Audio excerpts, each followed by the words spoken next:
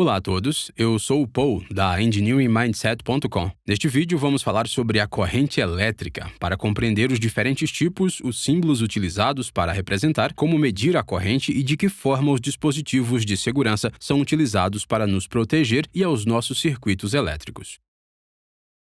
A corrente elétrica é o fluxo de elétrons num circuito. Para utilizarmos a eletricidade, precisamos que os elétrons fluam na mesma direção em volta de um circuito. Em geral, utilizamos cabos de cobre para formar o circuito, porque o cobre é um excelente condutor elétrico. O que significa que os átomos que constituem o cobre têm um elétron pouco ligado na camada mais externa ou de valência, que é livre para se movimentar no interior do metal. Este elétron livre é muito fácil de mover, razão pela qual o cobre é tão popular. Essa facilidade de movimentação faz com que o elétron se desloque naturalmente para outros átomos de cobre. No entanto, isso acontece aleatoriamente em todas as direções, o que não tem qualquer utilidade para nós. Enrolamos os fios de cobre em borracha porque a borracha é um isolante, ou seja, não permite que os elétrons livres passem através dela. Isso constitui uma barreira e mantém a eletricidade dentro dos fios e longe de nós. Para podermos utilizar a eletricidade como fonte de energia para os nossos aparelhos, precisamos que muitos elétrons fluam na mesma direção ao longo do circuito. Assim, podemos colocar objetos como lâmpadas no caminho destes elétrons, de modo que fluam através delas e gerem luz e calor no processo. Para isso, temos que forçar os elétrons a se moverem, e podemos fazer isso aplicando uma tensão. A tensão é a força que empurra, é como uma pressão num cano de água. Quanto mais pressão tivermos, mais água pode fluir. Quanto mais tensão tivermos, mais elétrons podem fluir. Podemos medir a pressão sem que haja água fluindo e podemos medir a tensão sem que haja corrente fluindo. Porém, não podemos medir a quantidade de água que está fluindo se não houver água fluindo. E não podemos medir a corrente elétrica se não houver elétrons fluindo. Se pegarmos num fio de cobre, não existe diferença de tensão entre as duas extremidades, pelo que os elétrons livres se movem aleatoriamente. Este movimento aleatório não é considerado uma corrente. Mas se pegarmos uma pilha de, digamos, 1.5 volts e ligarmos o fio através dos dois terminais, então existe agora uma diferença de 1.5 volts através do fio. E esta diferença vai forçar os elétrons a fluir no mesmo sentido. Já abordamos as noções básicas de tensão em detalhes no nosso vídeo anterior. Não deixe de ver, links abaixo na descrição do vídeo. Então, precisamos de muitos elétrons fluindo pelo circuito através das lâmpadas para que elas brilhem. No entanto, os fios e a lâmpada só podem suportar uma determinada quantidade de elétrons passando por eles. Da mesma forma que um tubo está classificado para suportar uma determinada quantidade de água passando por ele ou uma determinada pressão. Se ultrapassar este valor, o tubo se rompe. Da mesma forma, se passarem muitos elétrons pelo cabo ou pela lâmpada, eles quebrarão ou se queimarão. Nos referimos ao fluxo de elétrons como corrente e a medimos numa unidade de amperes, embora normalmente só se ouça dizer amps. Isso também é representado com um A maiúsculo. Por exemplo, este fusível tem um 3 e um A maiúsculo, o que significa que está classificado para 3 amperes de corrente. Iremos ver como funcionam os fusíveis um pouco mais adiante neste vídeo. Algo que vai causar muita confusão quando você estiver aprendendo sobre eletricidade é a diferença entre corrente convencional e fluxo de elétrons. Ambas são teorias sobre o funcionamento da eletricidade. Quando Benjamin Franklin começou a fazer experiências com a eletricidade, percebeu que algo deveria estar fluindo no interior dos materiais e lhe foi dado um tubo de vidro. E quando este foi esfregado com um pano, parecia acumular esse estranho fluido invisível, porque quando alguém tocava no tubo, recebia um pequeno choque. Hoje em dia designamos este fenômeno por eletricidade estática, mas naquela época Benjamin Franklin presumiu que o tubo estava acumulando uma quantidade excessiva deste fluido invisível. Portanto, o considerava positivo, e a pessoa que ele tocava devia ter menos desse fluido, pelo que era considerada negativa. Então ele disse, ok, acho que essa extremidade é positiva, e essa extremidade é negativa, e a eletricidade flui do positivo para o negativo. E isso faz sentido porque a água é um fluido e flui de um nível alto para um nível baixo. Rapidamente, os fabricantes começaram a produzir baterias com base no seu trabalho, e por isso também disseram, Bem, essa extremidade é positiva e esta extremidade é negativa, e ainda hoje utilizamos essa convenção de nomes. Essa convenção ficou conhecida como corrente convencional porque é a teoria convencional de como a eletricidade flui. Porém, à medida que a ciência evoluía e as experiências se tornavam mais precisas, alguém chamado Joseph Thomson descobriu que essa coisa invisível que se movia dentro do fio era uma partícula, e chamou esta partícula de elétron. Também descobriu que esses elétrons estavam, na verdade, fluindo na direção oposta do negativo para o positivo. Benjamin Franklin não percebeu que o pano de seda estava removendo os elétrons do vidro, pelo que estes estavam fluindo da pessoa para o tubo de vidro. A teoria de Joseph Thomson ficou conhecida como fluxo de elétrons, porque se trata do fluxo de elétrons e, portanto, o que está realmente acontecendo é que esses elétrons estão fluindo num circuito do terminal negativo para o positivo e não vice-versa. No entanto, não importa o que está se movendo dentro do fio ou em que direção, porque as fórmulas de engenharia elétrica que utilizamos não levam isso em conta. Assim, as respostas continuarão a ser as mesmas. Também é um pouco tarde demais para mudar os nomes dos terminais de todas as baterias do mundo. Assim, a gente ignorou esse fato e continuamos ensinando a utilizar a corrente convencional. Alguns livros podem mostrar ambas. É preciso lembrar que sempre que falamos de eletricidade ou sempre que concebemos um circuito ou olhamos para o desenho de um circuito elétrico, assumimos que está ocorrendo uma corrente convencional. Mas os engenheiros e cientistas sabem que os elétrons estão, na verdade, fluindo no sentido inverso. Se olhar para os seus aparelhos elétricos, encontrará etiquetas dos fabricantes que dizem as características para os quais o produto foi concebido. Por exemplo, este carregador nos diz que para funcionar o aparelho precisa de uma entrada entre 100 e 240 volts e 1,5 amperes de corrente alternada, que é representada por este símbolo aqui. O carregador irá depois converter isso para dar uma saída de cerca de 19,5 volts e 3,33 amperes de CC, ou corrente contínua, que é representada por este símbolo. CA e CC são tipos diferentes de eletricidade. As tomadas nas nossas casas fornecem CA, ou corrente alternada. Neste tipo, os elétrons não circulam num circuito contínuo. Ao invés disso, alternam entre o movimento para frente e para trás, assim como a maré do mar. Os seus aparelhos elétricos, como computadores portáteis e celulares, utilizam corrente contínua. Nesse tipo, os elétrons fluem apenas em uma direção, diretamente de um terminal para o outro. Podemos pensar nisso como o fluxo de água num rio. Geralmente, transportamos a eletricidade de uma central elétrica para as vilas e cidades utilizando eletricidade de corrente alternada, porque é fácil aumentar e diminuir a tensão através de transformadores. E é também muito eficiente transportar eletricidade a longas distâncias utilizando este método. No entanto, estão sendo utilizadas algumas linhas de transmissão de corrente contínua de alta tensão, mas não vamos entrar em detalhes sobre elas. Utilizamos, sobretudo, corrente contínua para as placas de circuito de pequenos dispositivos eletrônicos, como computadores portáteis, celulares e televisores. Isso porque a corrente contínua é mais fácil de controlar e permite que os circuitos sejam mais pequenos e compactos. Muitos aparelhos utilizam uma combinação de corrente alternada e corrente contínua. Por exemplo, uma máquina de lavar roupa utiliza a corrente alternada para o motor de indução, o qual é utilizado para rodar o tambor com a roupa lá dentro. Mas a placa de circuitos, que controla as definições, as luzes, os temporizadores, bem como a velocidade a que o motor roda, utiliza a corrente contínua. Podemos converter CA em CC utilizando um dispositivo conhecido como retificador. Isso é extremamente comum em eletrônica. Também podemos converter CA em CC utilizando um inversor, que é utilizado, por exemplo, em sistemas de energia solar. Já falamos em detalhes sobre os inversores de potência. Os links podem ser encontrados abaixo na descrição do vídeo.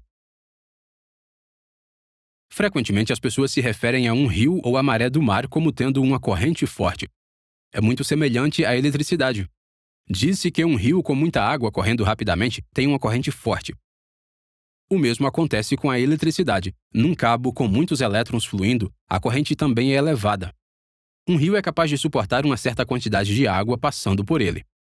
No entanto, se entrar mais água do que pode suportar, o rio transborda.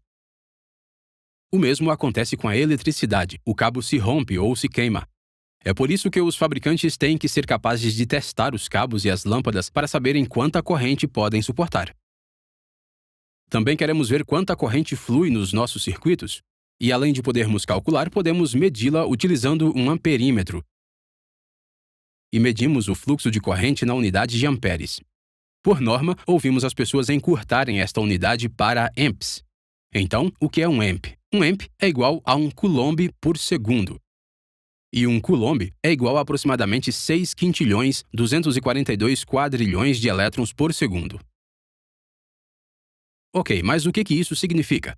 Outra forma de analisar essa questão é que para alimentar uma lâmpada de 1.5 watts com uma pilha de 1.5 volts, é necessária uma corrente de 1 amp. Ou seja, o circuito necessita de 1 coulomb por segundo, o que significa que aproximadamente 6 quintilhões 242 quadrilhões de elétrons têm que fluir da pilha para a lâmpada a cada segundo para que essa se mantenha acesa. Mas, como se pode ver, não é muito prático dizer quantos elétrons por segundo estão fluindo. Para poupar tempo, os engenheiros dizem apenas amps. O brilho da lâmpada varia com a tensão. Quando diminuímos a tensão, há menor pressão empurrando os elétrons, logo fluem menos elétrons.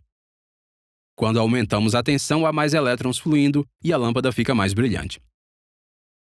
Não se esqueça, porém, que a uma determinada tensão e corrente, a lâmpada se queima. Para medir a corrente num circuito, temos que ligar um amperímetro em série para que a corrente passe através dele.